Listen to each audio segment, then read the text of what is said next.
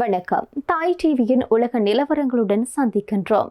குறிப்பாக இன்றைய இந்த உலக நிலவரத்தில் தமிழகத்தில் இடம்பெற்றிருக்கக்கூடிய புதிய அரசியல் மாற்றத்தில் வந்திருக்கக்கூடிய மிக முக்கியமான விடயங்கள் தொடர்பாக பேச போகின்றோம்.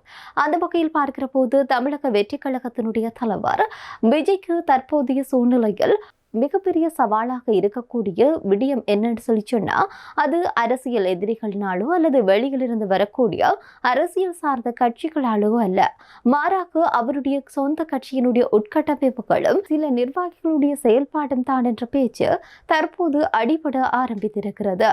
குறிப்பாக நிர்வாக இடர்பாடுகள், அழுத்தங்கள், கொள்கை ரீதியான மோதல்கள், எதிர்கட்சியினுடைய கூர்மையான விமர்சனங்கள் என ஒரு புதிய கட்சி ஆட்சி சந்திக்கக்கூடிய வெளிப்புற எதிர்ப்புகள் அனைத்தும் எதிர்பார்த்த ஒன்றாகத்தான் இருந்தது. ஆனால் முதல்வர் விஜய்க்கு வெளியிலிருந்து வருவதை விட உள்ளிருந்துதான் தற்போது அழுத்தம் ஆரம்பித்திருக்கிறது. கட்சி தொடங்கி குறுகிய காலத்தில் மக்களிடையே மிகப்பெரிய தாக்கத்தை ஏற்படுத்தி ஆட்சிக்கு வந்திருக்கக்கூடிய தமிழக முதல்வர் விஜய் உட்கட்சி நிர்வாகத்தில் சில முக்கியமான பிரச்சனைகளை எதிர்கொண்டிருக்கின்றார்.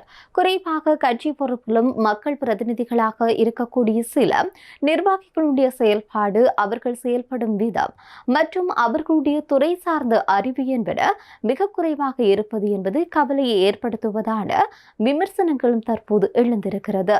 கட்சியினுடைய கொள்கை மக்களிடம் கொண்டு சேர்ப்பதில் தடுமாற்றமும், அதே நேரத்தில் களப்பணியில் காட்டக்கூடிய அலட்சியமும் மற்றும் அரசியல் களத்தில் எவ்வாறு பேச வேண்டும், எப்படி செயல்பட வேண்டும் என்பது தொடர்பான சில நிர்வாகிகளிடம் இருக்கக்கூடிய குறைகள் தொடர்பிலையும் தற்போது எதிர்மறையான விமர்சனங்கள் எழுப்பப்பட்டுக் கொண்டிருக்கிறது. திரையில் தன்னை பார்த்து ரசித்த ரசிகர்கள் அரசியலில் களமிறங்கிய பின் ஒரு நிர்வாகியாக செயல்பட வேண்டும் என்ற விஜயினுடைய எதிர்பார்ப்பை முழுமையாக பூர்த்தி செய்ய பலரால் இயலவில்லை என்று கூறப்படுகின்றது.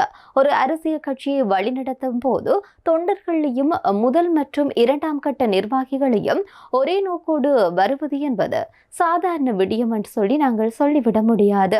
அதிலும் ஆட்சிக்கு வந்த பிறகு நிர்வாகிகள் செய்யக்கூடிய தவறுகளையும் உற்று கவனிக்கப்படும். குறிப்பாக சில நிர்வாகிகளுடைய செயல்பாடு என்பது கவலையை ஏற்படுத்துவதாக அமைந்து விடுவதாக சொல்லப்படுகிறது.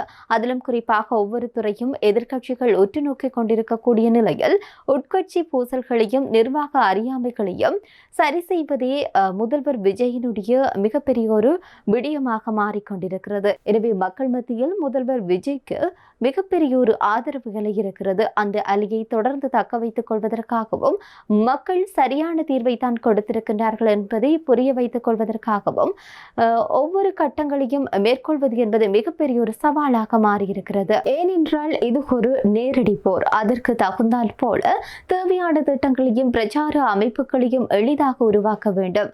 இதே நேரத்தில் வீட்டுக்குள் இருக்கக்கூடிய பிரச்சனைகளை சரி செய்வது என்பது மிக முக்கியம் என்று சொல்வார்கள். அதனை போன்றுதான் கட்சிக்குள் இருக்கக்கூடிய உட்பூசல்களை நிவர்த்தி செய்வது மிக முக்கியமானதாக அமைகிறது. எனவே எதிர்கட்சிகள் உற்று நோக்கி கொண்டிருக்கக்கூடிய நிலையில் இந்த கட்சியை சரியான திசையில் கொண்டு செல்வது என்பது மிகப்பெரிய ஒரு சவாலான விடயமாக மாறியிருக்கிறது. இதே நேரத்தில் தமிழகத்தில் இருக்கக்கூடிய அனைத்து அரசு பள்ளிகளிலும் மாணவர்களுடைய புத்தக பை சுமைகளை குறைக்கும் நடவடிக்கை விரைவில் அமல்படுத்தப்படும் என்றும் இதன் மூலம் மாணவர்களின் மனச்சுமையும் குறையும் என்றும் பள்ளிக்கல்வித்துறை அமைச்சர் ராஜ்மோகன் தெரிவித்திருக்கின்றார்.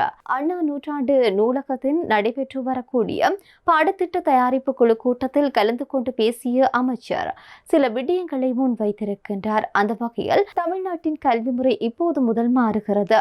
கற்றலை இனிமையான அனுபவமாக மாற்றப்பட வேண்டும். அரசு பள்ளிகளில் குழந்தைகள் மையமாக வைத்து கல்வி மாறப்போகின்றது. குழந்தைகளுக்கான ஆரோக்கியமான கல்வி அளிப்பதோடு பெற்றோரை மதிக்கும் வகையிலான கல்வி திட்டங்கள் அமைக்கப்படும் என்று அவர் தெரிவித்தார். அது மட்டுமன்றி கணிதத்தை புரிந்து கொள்வதற்கு மிகுந்த சிரமமாக எனக்கு இருந்தது. அவற்றையெல்லாம் புரிந்து கொண்டு இரவு பகலாக கல்வியாளர்கள் வேலை பார்த்து மாற்றியுள்ளனர். மாணவர்களுக்கு எளிதில் புரியக்கூடிய வகையில் ஒவ்வொரு கணிதமும் கதையினூடாக கற்றுக் கொடுக்கப்படும்.